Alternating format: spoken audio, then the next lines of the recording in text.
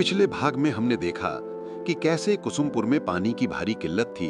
सचिव बबलू ने अपनी सूझबूझ से गांव वालों को एकजुट किया और चंदा इकट्ठा करके कुएं की खुदाई शुरू करवाई। प्रधान बाबूलाल के विरोध के बावजूद बबलू की मेहनत रंग लाई और कुएं से पानी निकल आया, जिससे गांव वालों का भरोसा उस पर और भी बढ़ गया। 5. कुसुमपुर में सौर ऊर्जा की रोशनी। कुसुमपुर गांव में बिजली की समस्या हमेशा से रही थी। रात में अंधेरा होते ही गांव का जीवन रुक सा जाता था। रामू काका ने एक दिन पप्पू हलवाई की दुकान पर हुक्का गुड़गुड़ाते हुए कहा, अरे ये बिजली भी ससुरी शरारती बच्चा है, जब जरूरत हो तब गायब और जब नहीं चाहिए तब झट से आ जाती है। पंडित जी ने गंभीरता से कहा, बिजली ना होने का असर तो पूजा पाठ पर भी पड़ रहा है। मंत्र भी सुनाई नहीं देते जब पंखा चलाने के लिए जनरेटर की आवाज आती है। पिंटू और मुन्ना ने चुटकी लेते हुए कहा, काका बिजली हो या ना हो हम तो दिया जलाकर क्रिकेट खेल लेते हैं, लेकिन मोबाइल चार्ज कैसे करें ये बड़ी समस्या है। ये सुनकर सभी हंस पड़े, लेकिन समस्या की गंभीरता से कोई अनजान नहीं था। सचिव बबलू, जो हमेशा गांव के विकास के बारे में सोचता रहता था, ने इस समस्या को हल करने की ठान ली। उसने चौपाल पर एक बैठक बुलाई, जिसमें प्रधान बाबूलाल, मास्टर जी, पंडित जी, रामू काका और गांव के अन्य लोग शामिल थे। गांव वालों, बबलू ने बात शुरू की, हमें इस बिजली की समस्या का स्थायी समाधान चाहिए। मैं सोचता हूं कि अगर हम सौर ऊर्जा का इस्तेमाल करें तो हमारी इस समस्या का हल हो सकता है। मंगला काकी ने चौंकते हुए कहा, सौर ऊर्जा, ये क्या चीज है बबलू?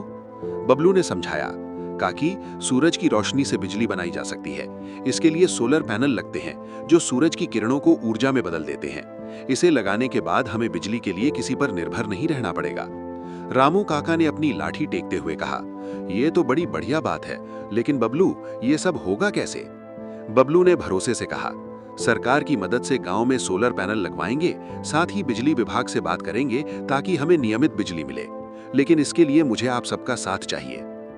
बबलू ने सोलर पैनल लगवाने और गांव में बिजली की समस्या हल करने के लिए सरकारी दफ्तरों के चक्कर लगाने शुरू किए।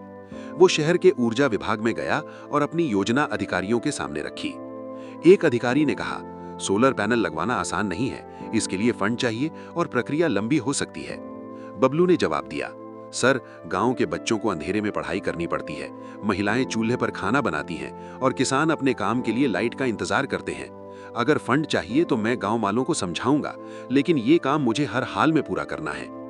सरकार से मदद मिलने के बाद गांव के कुछ प्रमुख जगहों पर सोलर पैनल लगाने का काम शुरू हुआ। जब पहली बार सोलर पैनल से बिजली का बल्ब जला तो गांव वाले हैरानी और खुशी से झूम उठे। रामू काका ने बल्ब को देखकर कहा, अरे ये तो सूरज की किरणों का जादू है, अब तो अंधेरा हमसे दूर भागेगा। मंगला काकी ने ठहाका लगाते हुए कहा, रामू, तुम्हारी ये लाठी भी अब रोशनी में चमकेगी, लेकिन देखना इसे अपने पास ही रखना, वरना बच्चे ले जाएंगे। बबलू ने गांव वालों को अपने घरों में भी सोलर पैनल लगाने के लिए प्रेरित किया। मंगला काकी ने कहा, ये पैनल लगवाने से बिजली का बिल बचेगा, ये तो समझ में आ गया, लेकिन इसे साफ कौन करेगा? पंडित जी ने चुटकी ली, काकी, जैसे रोज सुबह सूर्य भगवान को प्रणाम करती हो, वैसे ही पैनल की पूजा कर लिया करो, खुद चमक जाएगा। गांव वाले बबलू की बात मानने लगे। धीरे धीरे कई घरों में सोलर पैनल लग गए। बबलू ने शहर जाकर बिजली विभाग के अधिकारियों से गांव में नियमित बिजली सप्लाई के लिए बात की। उन्होंने गांव की स्थिति बताते हुए कहा, हमने सोलर पैनल लगाकर अपनी जरूरतें पूरी करने की कोशिश की है, लेकिन खेती और उद्योग के लिए नियमित बिजली जरूरी है। क्या आप हमारी मदद कर सकते हैं?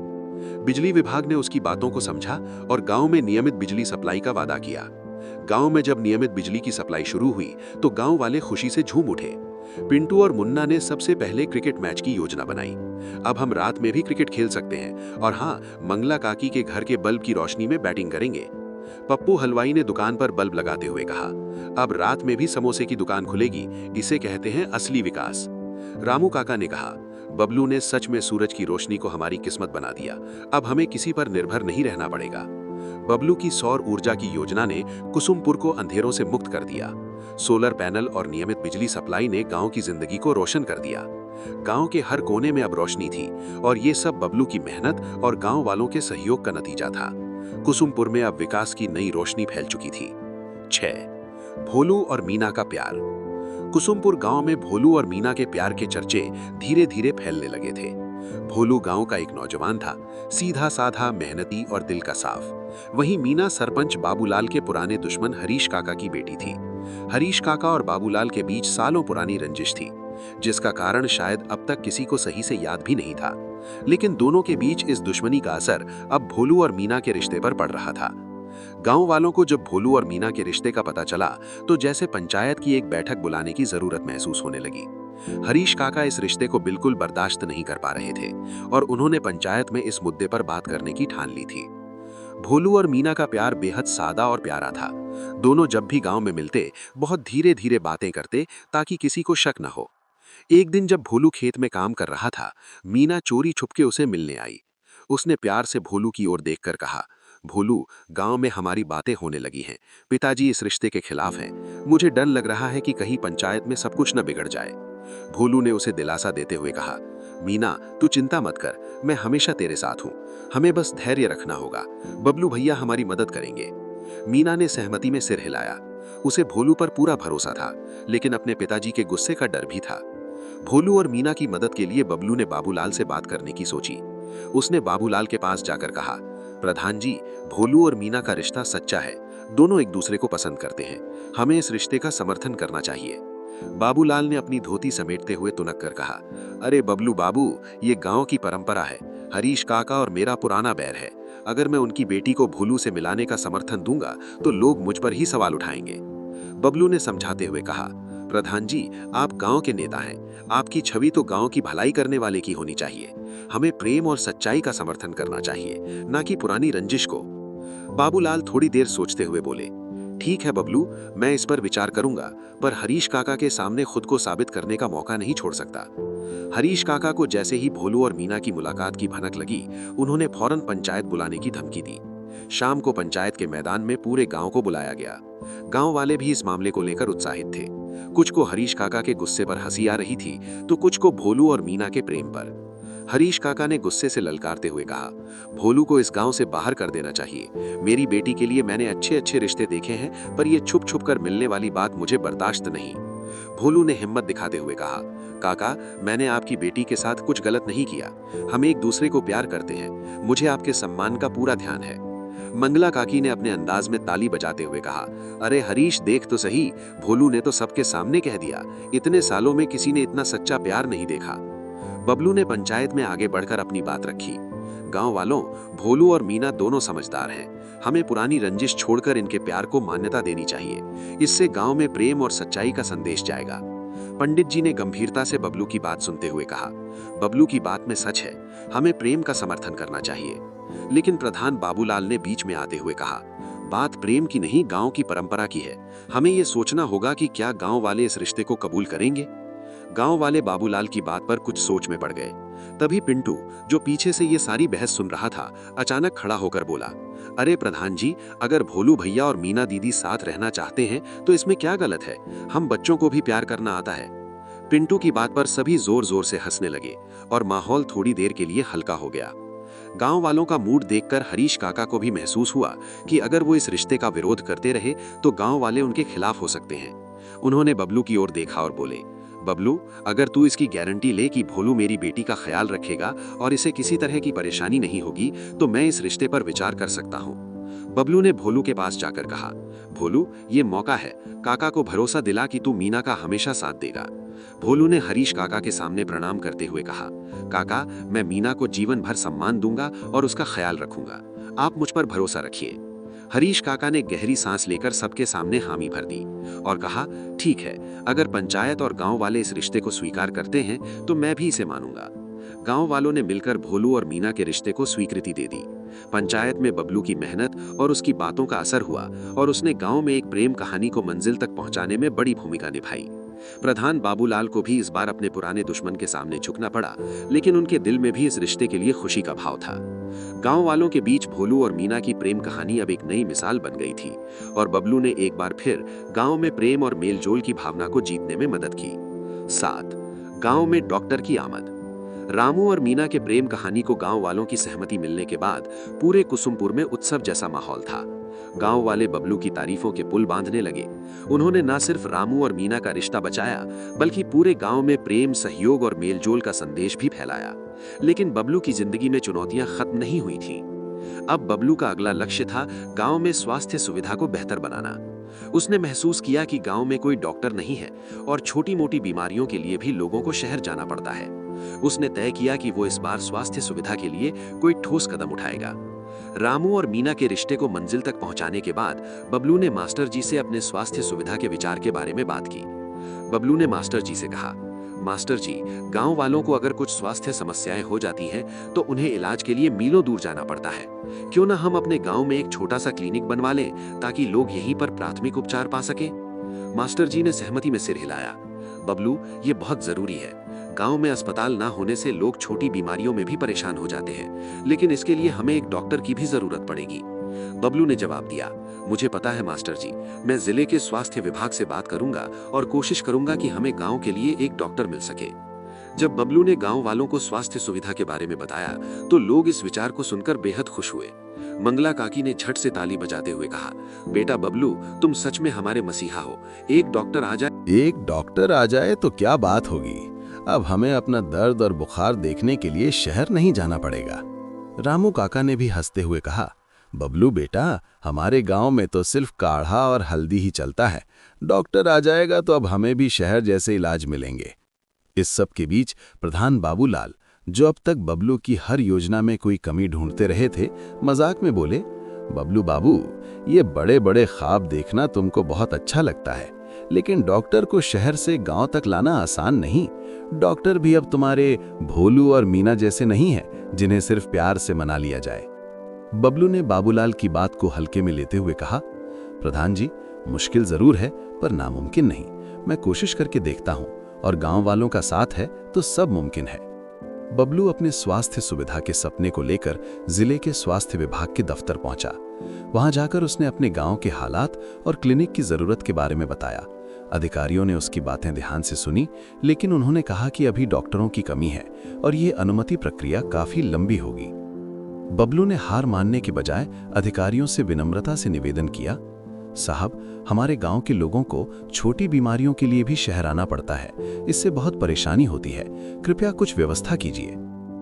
अधिकारियों में से एक अधिकारी, जो बबलू की लगन और गांव के प्रति उसके समर्पण से प्रभावित हो गया था, ने कहा, ठीक है बबलू, मैं आपकी मदद करने की कोशिश करूंगा। आप कुछ जरूरी कागजात भर दीजिए और मैं इस प्रक्रिया को आगे बढ़ाने की पूरी कोशिश करूंगा। बबलू ने खुशी खुशी कागजी कार्रवाई पूरी की और गांव वालों को ये खुशखबरी देने वापस लौटा। गांव वालों को जब बबलू की सफलता का पता चला तो हर किसी के चेहरे पर खुशी देखने लायक थी। उन्होंने सोचा कि अब उन्हें स्वास्थ्य संबंधी परेशानियों के लिए बाहर नहीं जाना पड़ेगा। इस खबर से पिंटू और उसके दोस्तों को भी जोश आया।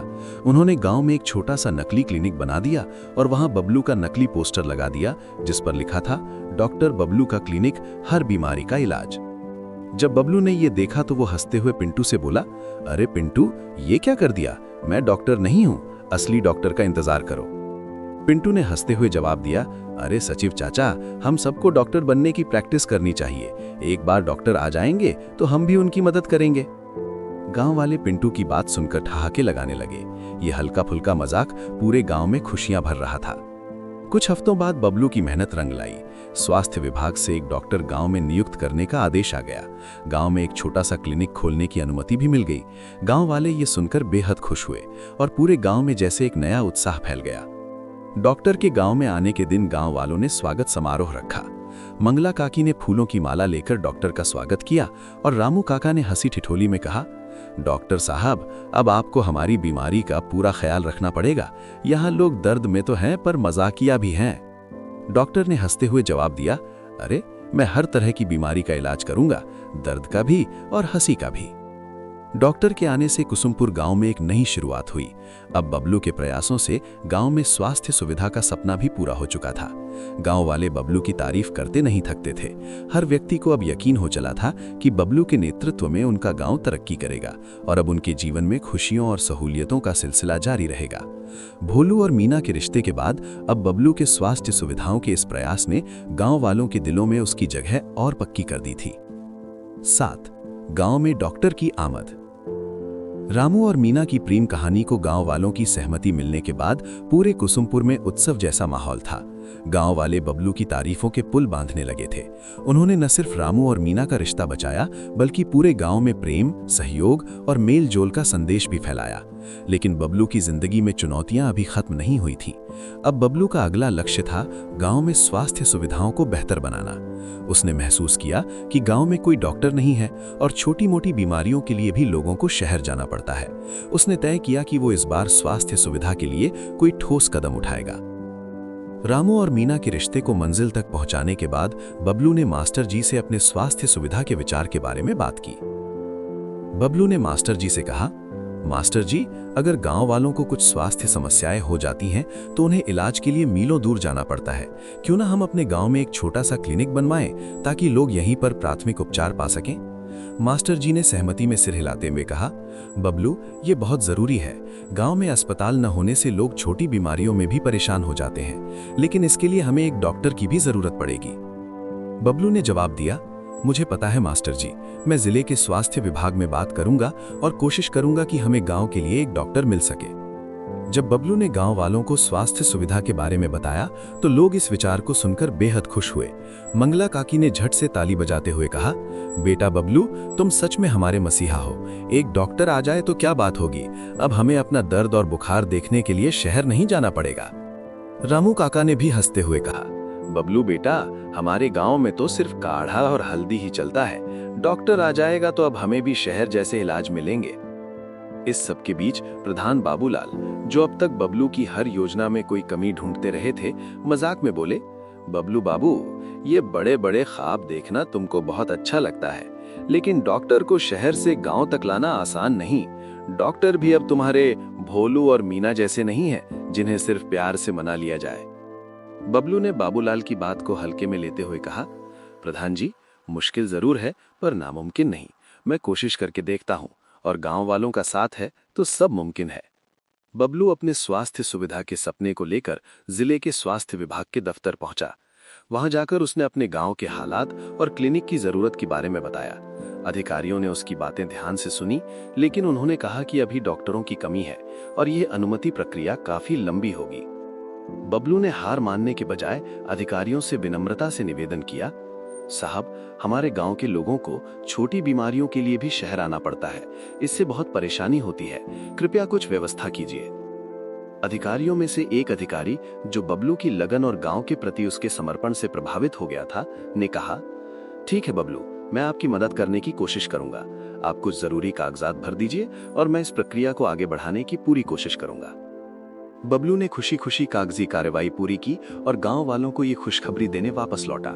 गांव वालों को जब बबलू की सफलता का पता चला तो हर किसी के चेहरे पर खुशी देखने लायक थी। उन्होंने सोचा कि अब उन्हें स्वास्थ्य संबंधी परेशानियों के लिए बाहर नहीं जाना पड़ेगा। इस खबर से पिंटू और उसके दोस्तों को भी जोश आया। उन्होंने गांव में एक छोटा सा नकली क्लिनिक बना दिया और वहां बबलू का नकली पोस्टर लगा दिया, जिस पर लिखा था, डॉक्टर बबलू का क्लिनिक, हर बीमारी का इलाज। जब बबलू ने ये देखा तो वो हंसते हुए पिंटू से बोला, अरे पिंटू, ये क्या कर दिया? मैं डॉक्टर नहीं हूँ, असली डॉक्टर का इंतजार करो। पिंटू ने हंसते हुए जवाब दिया, अरे सचिव चाचा, हम सबको डॉक्टर बनने की प्रैक्टिस करनी चाहिए। एक बार डॉक्टर आ जाएंगे तो हम भी उनकी मदद करेंगे। गांव वाले पिंटू की बात सुनकर ठहाके लगाने लगे।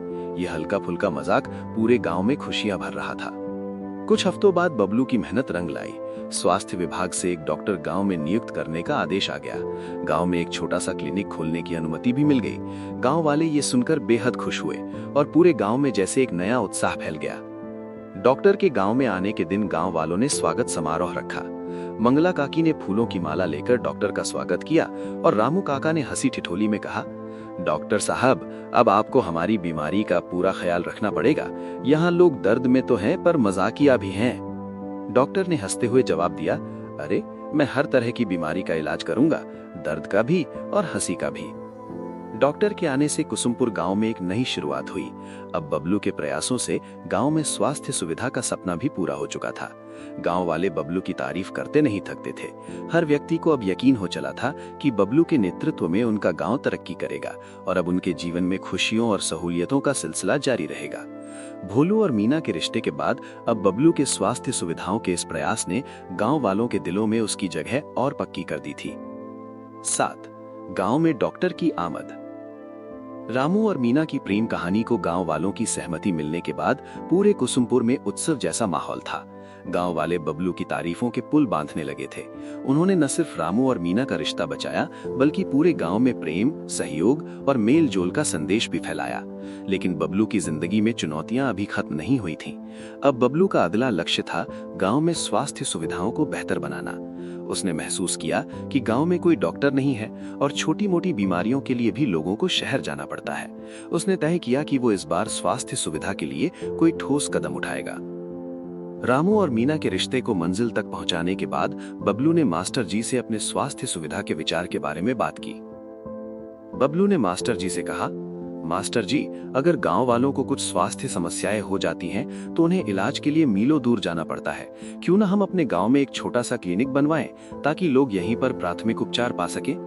मास्टर जी ने सहमति में सिर हिलाते हुए कहा, बबलू, ये बहुत जरूरी है। गांव में अस्पताल न होने से लोग छोटी बीमारियों में भी परेशान हो जाते हैं, लेकिन इसके लिए हमें एक डॉक्टर की भी जरूरत पड़ेगी। बबलू ने जवाब दिया, मुझे पता है मास्टर जी, मैं जिले के स्वास्थ्य विभाग में बात करूंगा और कोशिश करूंगा कि हमें गांव के लिए एक डॉक्टर मिल सके। जब बबलू ने गांव वालों को स्वास्थ्य सुविधा के बारे में बताया तो लोग इस विचार को सुनकर बेहद खुश हुए। मंगला काकी ने झट से ताली बजाते हुए कहा, बेटा बबलू, तुम सच में हमारे मसीहा हो। एक डॉक्टर आ जाए तो क्या बात होगी। अब हमें अपना दर्द और बुखार देखने के लिए शहर नहीं जाना पड़ेगा।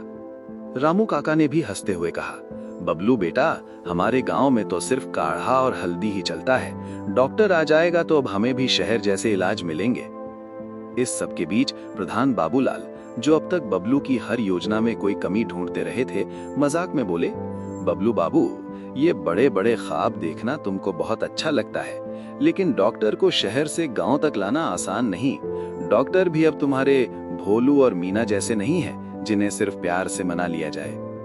बबलू ने बाबूलाल की बात को हल्के में लेते हुए कहा, प्रधान जी, मुश्किल जरूर है पर नामुमकिन नहीं। मैं कोशिश करके देखता हूँ, और गांव वालों का साथ है तो सब मुमकिन है।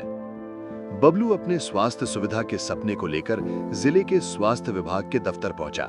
वहां जाकर उसने अपने गांव के हालात और क्लिनिक की जरूरत के बारे में बताया। अधिकारियों ने उसकी बातें ध्यान से सुनी, लेकिन उन्होंने कहा कि अभी डॉक्टरों की कमी है और यह अनुमति प्रक्रिया काफी लंबी होगी। बबलू ने हार मानने के बजाय अधिकारियों से विनम्रता से निवेदन किया, साहब, हमारे गांव के लोगों को छोटी बीमारियों के लिए भी शहर आना पड़ता है। इससे बहुत परेशानी होती है। कृपया कुछ व्यवस्था कीजिए। अधिकारियों में से एक अधिकारी, जो बबलू की लगन और गांव के प्रति उसके समर्पण से प्रभावित हो गया था, उसने कहा, ठीक है बबलू, मैं आपकी मदद करने की कोशिश करूंगा। आप कुछ जरूरी कागजात भर दीजिए और मैं इस प्रक्रिया को आगे बढ़ाने की पूरी कोशिश करूंगा।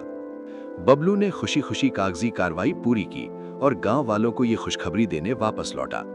गांव वालों को जब बबलू की सफलता का पता चला तो हर किसी के चेहरे पर खुशी देखने लायक थी। उन्होंने सोचा कि अब उन्हें स्वास्थ्य संबंधी परेशानियों के लिए बाहर नहीं जाना पड़ेगा। इस खबर से पिंटू और उसके दोस्तों को भी जोश आया। उन्होंने गांव में एक छोटा सा नकली क्लिनिक बना दिया और वहां बबलू का नकली पोस्टर लगा दिया, जिस पर लिखा था, डॉक्टर बबलू का क्लिनिक, हर बीमारी का इलाज। जब बबलू ने यह देखा तो वो हंसते हुए पिंटू से बोला, अरे पिंटू, ये क्या कर दिया? मैं डॉक्टर नहीं हूं, असली डॉक्टर का इंतजार करो।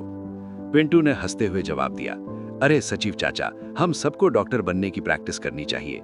एक बार डॉक्टर आ जाएंगे तो हम भी उनकी मदद करेंगे। गांव वाले पिंटू की बात सुनकर ठहाके लगाने लगे। ये हल्का फुल्का मजाक पूरे गांव में खुशियां भर रहा था। कुछ हफ्तों बाद बबलू की मेहनत रंग लाई। स्वास्थ्य विभाग से एक डॉक्टर गांव में नियुक्त करने का आदेश आ गया। गांव में एक छोटा सा क्लिनिक खोलने की अनुमति भी मिल गई। गांव वाले ये सुनकर बेहद खुश हुए और पूरे गांव में जैसे एक नया उत्साह फैल गया। डॉक्टर के गांव में आने के दिन गांव वालों ने स्वागत समारोह रखा। मंगला काकी ने फूलों की माला लेकर डॉक्टर का स्वागत किया और रामू काका ने हंसी ठिठोली में कहा, डॉक्टर साहब, अब आपको हमारी बीमारी का पूरा ख्याल रखना पड़ेगा। यहाँ लोग दर्द में तो हैं, पर मजाकिया भी हैं। डॉक्टर ने हंसते हुए जवाब दिया, अरे मैं हर तरह की बीमारी का इलाज करूंगा, दर्द की भी और हंसी की भी। डॉक्टर के आने से कुसुमपुर गांव में एक नई शुरुआत हुई। अब बबलू के प्रयासों से गांव में स्वास्थ्य सुविधा का सपना भी पूरा हो चुका था। गांव वाले बबलू की तारीफ करते नहीं थकते थे। हर व्यक्ति को अब यकीन हो चला था कि बबलू के नेतृत्व में उनका गांव तरक्की करेगा और अब उनके जीवन में खुशियों और सहूलियतों का सिलसिला जारी रहेगा। रामू और मीना के रिश्ते के बाद अब बबलू के स्वास्थ्य सुविधाओं के इस प्रयास ने गांव वालों के दिलों में उसकी जगह और पक्की कर दी थी। 8. रणवीर की धमाकेदार एंट्री। बबलू की कोशिश और मेहनत से गांव में सरकारी क्लिनिक खुलने के बाद गांव में उसकी लोकप्रियता बढ़ने लगी थी। लेकिन इसी बीच कुसुमपुर में एक नई हलचल हुई। शाम के वक्त गांव की चौपाल में एक मोटरसाइकिल आकर रुकी, जिससे उतरा एक लंबा चौड़ा आदमी, रणवीर सिंह। चेहरे पर हल्की मुस्कान, कंधे पर झोला और चाल में आत्मविश्वास था। लोगों ने उसे पहचानने में कुछ ही देर लगाई। ये वही रणवीर था जो कई सालों से गांव से बाहर काम करता था। अब अचानक उसकी वापसी ने सबका ध्यान खींच लिया। रणवीर ने आते ही सभी को एक मुस्कान के साथ नमस्ते किया और कहा, अरे भाइयों, ये देखो, तुम्हारा रणवीर लौट आया है। बहुत दिन बाहर रहकर आखिर दिल नहीं माना तो सोचा क्यों ना अपने गांव आकर कुछ किया जाए। गांव वालों ने उसे घेर लिया। हर कोई उसकी वापसी को लेकर उत्साहित था। रामू काका ने हंसते हुए कहा, अरे रणवीर, अब तक कहाँ रहे? रणवीर ने कहा, बस रामू काका, शहर में था, बहुत पैसा कमाया वहां, लेकिन अब गांव की याद वापस यहीं खींच लाई है। रामू काका खुश होते हुए बोले, नए सचिव बाबू यहाँ नए नए बदलाव ला रहे हैं और अब तुम भी आ गए हो तो गांव की किस्मत ही बदल जाएगी। रणवीर ने रामू काका के कंधे पर हाथ रखकर कहा, बस काका, इसी उम्मीद में आया हूं। और ये बबलू सचिव कौन है? उनसे भी जल्दी मुलाकात करूंगा।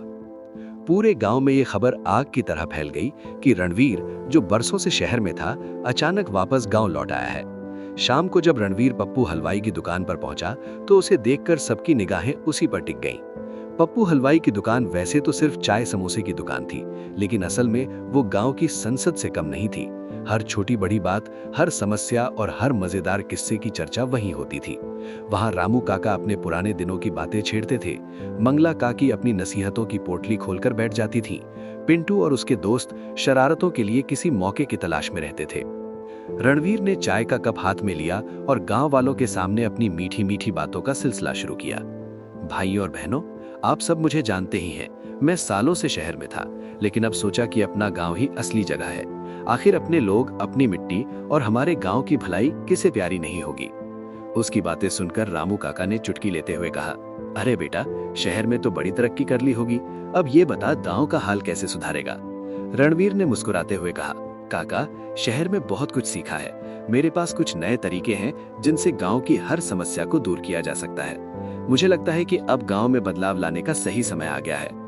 मंगला काकी ने अपने चश्मे को ठीक करते हुए कहा, अरे बेटा, हम तो पुराने लोग हैं, इस नए जमाने की बातें समझ नहीं आती।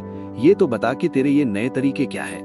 रणवीर ने एक गहरी सांस ली और कहने लगा, देखिए काकी, जैसे हमारे खेतों में पानी की कमी है, वो समस्या मैं हल कर सकता हूँ। और हमारे गांव में रोजगार का संकट है, मैं शहर से कुछ प्रोजेक्ट्स लाकर इस गांव को आगे बढ़ा सकता हूँ। बबलू और प्रधान बाबूलाल भी चुपचाप रणवीर की ये बातें सुन रहे थे। रणवीर ने बाबूलाल की ओर दोस्ताना हाथ बढ़ाते हुए कहा, प्रधान जी, मैं यहाँ आपके साथ मिलकर गांव का भला करना चाहता हूँ। आपकी मदद के बिना तो यहाँ कुछ भी संभव नहीं है। बाबूलाल, जो हमेशा से गांव की सत्ता में एक छत्र राजा की तरह थे, रणवीर के प्रस्ताव पर थोड़ा चौंके। उन्होंने हिचकिचाते हुए हाथ मिलाया और बोले, रणवीर, तुम्हारा मकसद तो ठीक लग रहा है, पर ये सब बातें कहने में जितनी आसान लगती हैं, असल में उतनी होती नहीं। रणवीर ने एक मीठी मुस्कान बिखेरते हुए कहा, प्रधान जी, आप तो हमारे बड़े हैं, बस आप साथ दें। आप देखना, आपके अनुभव और मेरे नए तरीके मिलकर गांव की काया पलट कर देंगे। पप्पू हलवाई, जो अब तक ध्यान से रणवीर की बातें सुन रहा था, चाय का कप उठाते हुए हंसकर बोला, अरे भाई, तुम्हारी बातों में तो दम लगता है, पर गांव वाले ऐसी बातों से फुसलते नहीं। यहाँ हर किसी को अपने तरीके से काम समझाना पड़ता है। हमारे रामू काका जैसे अनुभवी लोग ही सही फैसला करते हैं। रामू काका ने हंसते हुए कहा, अरे पप्पू, अब तो हमसे क्या राय मांग रहे हो? अब तो हमारे बच्चे भी हमें समझाने लगे हैं कि कैसे गांव में तरक्की लानी है। इतना सुनते ही पिंटू, जो हमेशा की तरह शरारतों के मूड में था, ठहाका लगाकर बोला, अरे काका, अब तो हमारे गांव में तरक्की के नए नुस्खे आ गए हैं। लगता है अब तुम भी शहर की तरह चमकने लगोगे। रणवीर ने पिंटू की बात पर मुस्कुराते हुए कहा, देखो भैया, गांव के बच्चों के लिए भी मैं बहुत कुछ लेकर आया हूँ। यहाँ के बच्चों को शहर जैसा पढ़ाई और खेल का मौका दूंगा, बस आप सब मेरे साथ चलिए। मंगला काकी ने तंज कसते हुए कहा, बेटा, बातें तो बड़ी बड़ी कर रहे हो, पर देखना होगा कि काम कितना कर पाते हो। कहीं ऐसा ना हो कि हाथी के दांत दिखाने के और खाने के और। रणवीर ने तुरंत जवाब दिया, काकी, मैं बस आप सबका आशीर्वाद चाहता हूँ। आपके आशीर्वाद से ही ये गांव तरक्की की राह पर आगे बढ़ेगा। बबलू अब तक रणवीर की बातों को ध्यान से सुन रहा था। उसे महसूस हुआ कि रणवीर की बातें कुछ ज्यादा ही मीठी लग रही है। उसने कहा, रणवीर भैया, गांव वालों का भला करना है तो उनकी असल समस्याएं समझनी होंगी। यहाँ बातें नहीं, मेहनत की जरूरत है। रणवीर ने बबलू की बात पर हंसते हुए कहा, बबलू, तुम्हारी बात सही है। मैं भी मेहनत ही करने आया हूँ। बस तुम जैसे युवाओं का साथ चाहिए। बाबूलाल ने अपनी आंखें सिकोड़ते हुए मन ही मन सोचा, ये लड़का जितनी बातें कर रहा है उतना काम करने वाला नहीं लगता। लेकिन उन्होंने मुस्कुराते हुए सबके सामने कहा, रणवीर, तुम्हारे सुझाव अच्छे हैं। हमें मिलकर काम करना चाहिए। पर याद रहे, गांव वालों के विश्वास को जीतना इतना आसान नहीं। गांव के लोग रणवीर की बातें सुनकर कुछ असमंजस में थे। पप्पू हलवाई की दुकान पर आज चर्चा का माहौल गर्म था। कोई रणवीर का समर्थन कर रहा था तो कोई उसकी बातों को हंसी में उड़ा रहा था। पर एक बात तय थी, गांव में अब एक नई हलचल शुरू हो चुकी थी। बबलू रणवीर की बातों को सुनकर मुस्कुराया, पर उसके भीतर ये सवाल भी उठा कि आखिर रणवीर का असली मकसद क्या है। मास्टर जी ने गंभीरता से कहा, बबलू, किसी का असली चेहरा दिखाने का सबसे अच्छा तरीका है कि उसे उसकी ही चाल में फंसा दिया जाए। अगर रणवीर गलत है तो उसकी सच्चाई खुद ही सामने आ जाएगी। तुम बस सही तरीके से काम करते रहो और गांव वालों का भरोसा जीतने की कोशिश करो। मास्टर जी की बातों से बबलू को थोड़ी हिम्मत मिली। उसने ठान लिया कि वो रणवीर की चाल को धीरे धीरे सामने लाएगा, पर तब तक वो अपनी योजनाओं पर भी काम करता रहेगा।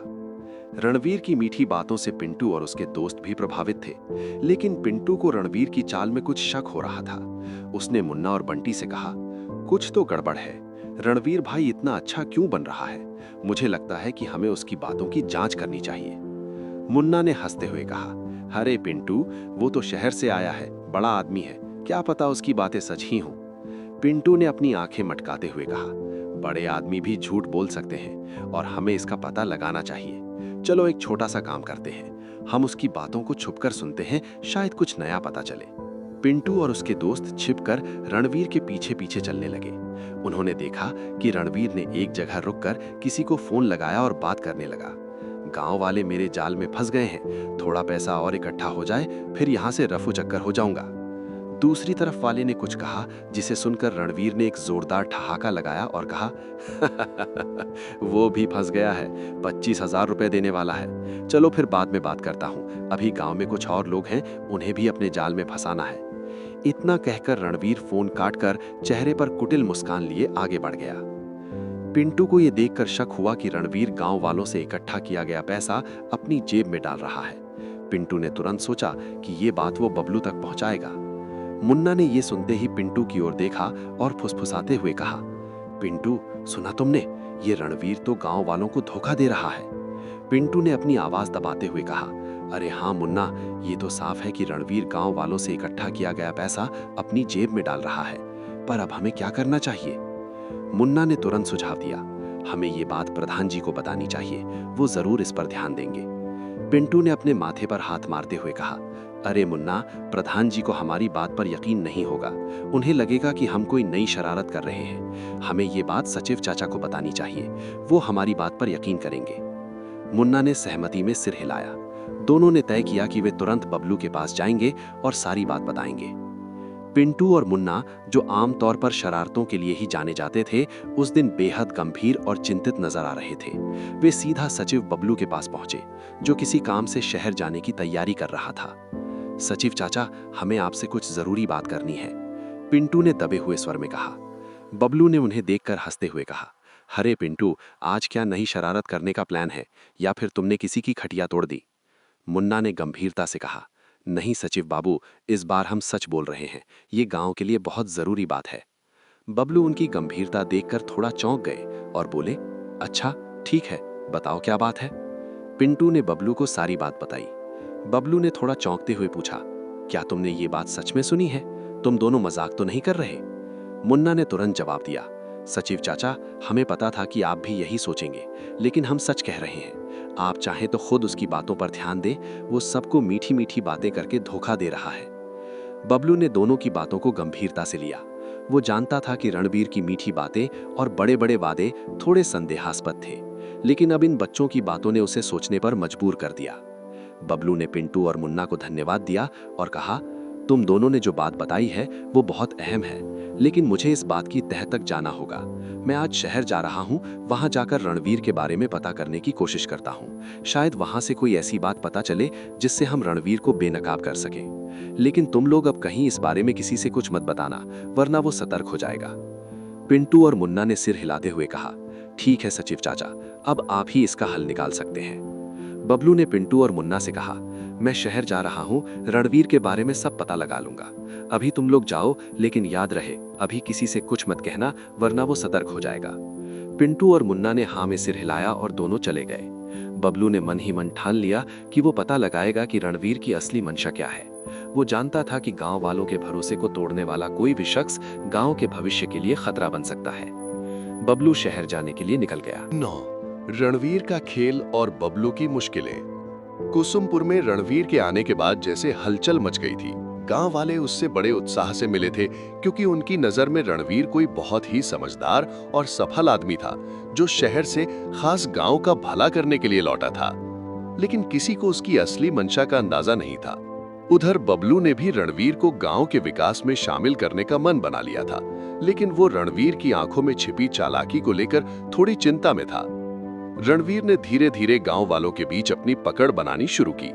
उसने हर व्यक्ति को अपने तरीके से प्रभावित करना शुरू किया। सबसे पहले वो पंडित जी और मंगला काकी के पास पहुंचा और उनका दिल जीतने के लिए उनकी खूब तारीफें करने लगा। रणवीर ने पंडित जी को देखते ही झुककर प्रणाम किया। पंडित जी, आपके बारे में तो बहुत सुना है। आपको देखकर ऐसा लगता है जैसे कुसुमपुर का सारा ज्ञान और परंपरा आपके पास ही है। पंडित जी उसकी बातों से खुश होकर बोले, अरे बेटा, इतना कहने की क्या जरूरत है, पर हाँ, तुम्हारी बात में दम तो है। हमारी परंपराएं ही गांव का गौरव है। रणवीर ने मौका देखते हुए कहा, बिल्कुल सही कहा पंडित जी, अब इसी परंपरा को और आगे बढ़ाने का वक्त आ गया है। मैं चाहता हूं कि हम गांव में एक बड़ा मेला और पूजा का आयोजन करें ताकि हमारी परंपरा का प्रचार हो। पंडित जी खुश हो गए। उन्हें लगा कि रणवीर वाकई गांव के लिए कुछ अच्छा करना चाहता है। फिर रणवीर ने मंगला काकी को लपेटे में लिया। वो उनकी तारीफों के पुल बांधते हुए बोला, काकी, आप जैसी समझदार महिलाएं ही तो गांव की असली शक्ति हैं। आपके अनुभव से मैं भी कुछ सीखना चाहता हूं। मंगला काकी ने उसके सिर पर हाथ रखते हुए कहा, बेटा, तुम्हारी बातें तो मीठी हैं। चलो, अगर कुछ अच्छा करना चाहते हो तो हम तुम्हारे साथ हैं।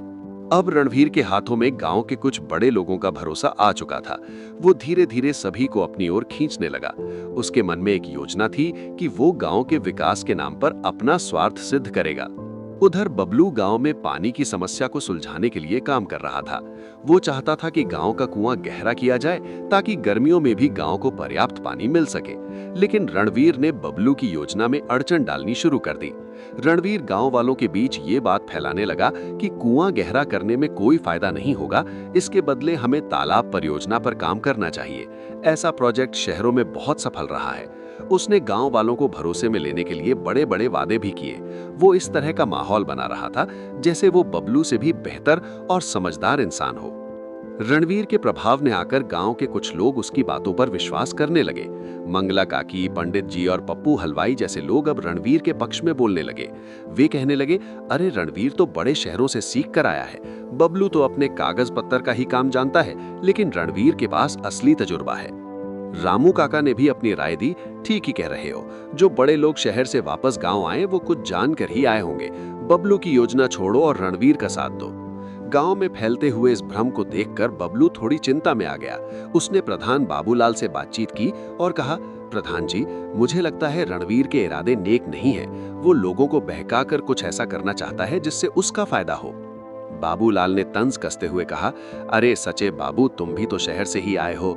जैसे तुमको लगा था कि तुम गांव सुधार सकते हो, वैसे ही रणवीर को भी लग रहा है। अब तुम दोनों की लड़ाई में गांव का फायदा हो जाए तो हमें क्या फर्क पड़ता है। बबलू ने इस तंज को नजरअंदाज करते हुए कहा, प्रधान जी, मैं सचमुच चाहता हूं कि गांव का विकास हो, पर मुझे लगता है कि रणवीर लोगों को अपने पक्ष में करने के लिए झूठे वादे कर रहा है। बाबूलाल ने थोड़ी गहराई से सोचा और कहा, चलो देखते हैं, अगर कुछ गड़बड़ है तो उसकी असलियत एक दिन खुद ही सामने आ जाएगी। एक दिन रणवीर ने गांव वालों को इकट्ठा कर तालाब परियोजना का ऐलान कर दिया। उसने जोशीले अंदाज में कहा, देखिए भाइयों, अगर हम तालाब बनाएंगे तो ये सिर्फ पानी का स्रोत नहीं बनेगा, बल्कि ये हमारी समृद्धि का प्रतीक होगा। हमारे खेतों को पानी मिलेगा और गांव में हमेशा हरियाली रहेगी। गांव वाले उसकी बातों से प्रभावित हो गए। पंडित जी, मंगला काकी और पप्पू हलवाई ने भी उसकी तारीफ की। कुछ ही वक्त में पूरा गांव रणवीर के समर्थन में आ गया। रणवीर की तालाब योजना की वजह से बबलू की कुएं की खुदाई की योजना ठप पड़ गई। गांव वाले अब रणवीर की तालाब परियोजना का इंतजार करने लगे, लेकिन बबलू ने हार नहीं मानी। उसने चुपचाप अपनी योजना पर काम करना जारी रखा और इस कोशिश में लगा रहा कि गांव वालों को सही रास्ता दिखा सके। रणवीर की तालाब योजना का जादू पूरे गांव पर चलने लगा था, लेकिन बबलू जानता था कि रणवीर के इरादे नेक नहीं हैं। अब उसे सही वक्त का इंतजार था जब वो रणवीर की सच्चाई को गांव वालों के सामने ला सके। रणवीर की चालाकियां और उसकी मीठी बातें बबलू के लिए एक नई चुनौती बन चुकी थी। प्रकाश ठाकुर, जो पिछले चुनाव में बाबूलाल से हार गए थे और अब भी उस हार की कसक अपने दिल में लिए बैठे थे, हमेशा से इस मौके की तलाश में थे कि कैसे गांव में बाबूलाल का वर्चस्व कम किया जाए। उन्हें तुरंत समझ में आ गया कि रणवीर का साथ उन्हें उनके मंसूबों में कामयाब कर सकता है। जैसे ही रणवीर ने गांव में अपने बड़े बड़े वादों के साथ कदम रखा, प्रकाश ठाकुर को एक उम्मीद की किरण दिखाई दी। उन्होंने सोचा, अगर रणवीर ने गांव में थोड़ा बहुत भी काम कर दिया और लोगों का दिल जीत लिया तो इसका फायदा मुझे ही मिलेगा। इस बार चुनाव में मैं प्रधानी की कुर्सी हासिल कर सकता हूं। प्रकाश ठाकुर ने रणवीर से मुलाकात का रास्ता तलाशा। अगली सुबह पप्पू हलवाई की दुकान पर जैसे ही रणवीर पहुंचा, प्रकाश ठाकुर पहले से वहां मौजूद थे। उन्होंने रणवीर का स्वागत करते हुए कहा, अरे रणवीर, तुम गांव की सेवा का जो सपना लेकर आए हो वो काबिले तारीफ है। मैं इसमें तुम्हारे साथ हूँ, तुम्हें मेरी पूरी मदद मिलेगी। रणवीर ने हाथ जोड़ते हुए कहा, ठाकुर साहब, आपकी मदद मिल जाएगी तो ये मेरे लिए बहुत बड़ी बात होगी। गांव का विकास करना हम सबका कर्तव्य है। प्रकाश ने मन ही मन मुस्कुराते हुए कहा, यही तो मुझे चाहिए, और फिर हाथ मिलाते हुए बोले, रणवीर, इस बार मिलकर गांव के लिए कुछ बड़ा करते हैं। प्रधान जी ने भी अपना काम तो किया है, पर अब वक्त है कि गांव को कुछ नया और बड़ा मिले। तुम मेरे साथ रहो तो हमें गांव वालों का भरोसा जीतने में देर नहीं लगेगी। प्रकाश ठाकुर ने उसी दिन से रणवीर का समर्थन शुरू कर दिया और गांव में जगह जगह उसके कामों की तारीफें करने लगे। गांव वालों के बीच में बात फैलने लगी कि रणवीर और प्रकाश ठाकुर अब साथ आ गए हैं। ये खबर जब बाबूलाल तक पहुंची तो उनके माथे पर चिंता की लकीरें उभर आईं। उन्होंने महसूस किया कि ये गठबंधन उनकी कुर्सी के लिए खतरा साबित हो सकता है। अब गांव में रणवीर, प्रकाश ठाकुर और बाबूलाल के बीच एक नई खींचातानी का माहौल बन चुका था। हर ओर लोग इस नए समीकरण पर चर्चा करने लगे। कुछ लोग इस नए गठबंधन के समर्थन में थे तो कुछ अब भी बाबूलाल के अनुभव और पुराने रुतबे पर भरोसा बनाए हुए थे। रणवीर के वादों और प्रकाश ठाकुर की राजनीतिक चालों के साथ अब गांव की राजनीति में एक नया रंग चढ़ने वाला था। चुनाव का माहौल धीरे धीरे गर्म हो गया था और हर ओर यही चर्चा थी कि इस बार प्रधानी की कुर्सी किसके हाथ में जाएगी। 10. रणवीर की चाल और बबलू का सामना। रणवीर की तालाब योजना ने कुसुमपुर के लोगों पर गहरी छाप छोड़ दी थी। गांव के लोग उसकी बातों से इतना प्रभावित हो चुके थे कि उन्हें लगने लगा कि यही असली समाधान है। रणवीर समझ रहा था कि सचिव बबलू उसके काम में रुकावट बन सकता है। अब उसका एक ही उद्देश्य था, गांव वालों के मन में बबलू के प्रति संदेह पैदा करना और अपनी जगह बनाना। इस तरह से वो गांव में अपना दबदबा बनाकर अपनी स्वार्थी योजनाओं को अंजाम देना चाहता था। इस बीच बबलू को साफ साफ समझ में आ गया था कि रणवीर अपने हितों के लिए गांव का इस्तेमाल कर रहा है। बबलू के पास अब दो ही रास्ते बचे थे, या तो वो रणवीर का विरोध करे या उसका असली चेहरा गांव वालों को दिखाए। गांव के चौपाल पर एक बार फिर से रणवीर ने अपनी मीठी बातों से सभी का ध्यान अपनी ओर खींच लिया था। पंडित जी, मंगला काकी और रामू काका जैसे लोग अब पूरी तरह से रणवीर के समर्थन में आ चुके थे। रणवीर ने चौपाल में अपनी मीठी आवाज में कहा, देखिए भाइयों, तालाब बनाना एक ऐसा काम है जिससे हर घर को फायदा होगा। अब बस सबको मिलकर साथ देना है। थोड़ा पैसा सब लोग इकट्ठा कर दे तो ये काम जल्दी शुरू हो जाएगा। प्रकाश ठाकुर गर्व से उठकर खड़े हुए और बोले, शुरुआत मैं करता हूं। मैं इस काम के लिए अपनी तरफ से 25,000 रुपए देने की घोषणा करता हूं। रणवीर ने हाथ जोड़कर उनका अभिवादन किया। गांव के लोग एक दूसरे की तरफ देखने लगे। रणवीर उठकर खड़ा हुआ और गांव वालों से कहा, ठाकुर साहब, मुझ पर भरोसा किया उसके लिए मैं उनका आभारी हूं। बस आप लोग भी मुझ पर भरोसा करके साथ देंगे तो सब काम आसानी से हो जाएगा। प्रकाश ठाकुर उसकी बात सुनकर अपनी मूंछों पर ताव देते हुए मुस्कुरा रहे थे। रणवीर की बात सुनकर गांव वालों में खुसुर-पुसुर शुरू हो गई। मंगला काकी ने अपने झोले से कुछ पैसे निकाले और रणवीर को देते हुए कहा, रणवीर बेटा, ये लो, अभी तो मैं इतना ही कर सकती हूँ, बस तुम जल्दी से इस तालाब का काम शुरू करो।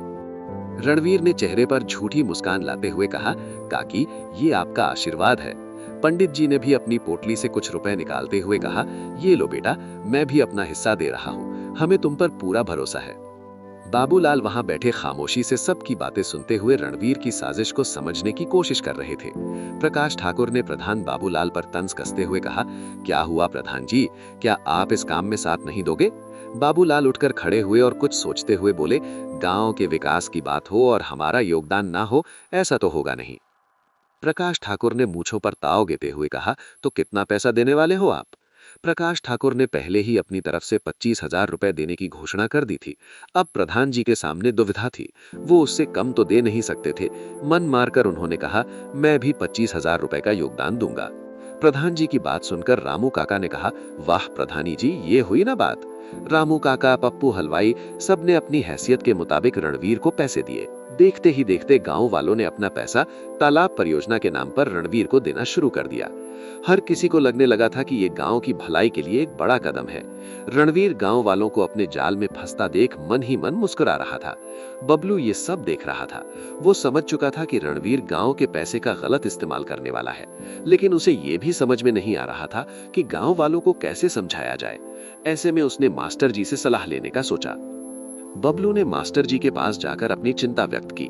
मास्टर जी, मुझे समझ नहीं आ रहा कि रणवीर को कैसे रोका जाए। उसकी बातें मीठी हैं पर इरादे काले हैं। गांव वाले उसकी बातों में इतने डूब चुके हैं कि वो मेरी बातें सुनने को तैयार नहीं। मास्टर जी ने गंभीरता से कहा, बबलू, किसी का असली चेहरा दिखाने का सबसे अच्छा तरीका है कि उसे उसकी ही चाल में फंसा दिया जाए। अगर रणवीर गलत है तो उसकी सच्चाई खुद ही सामने आ जाएगी। तुम बस सही तरीके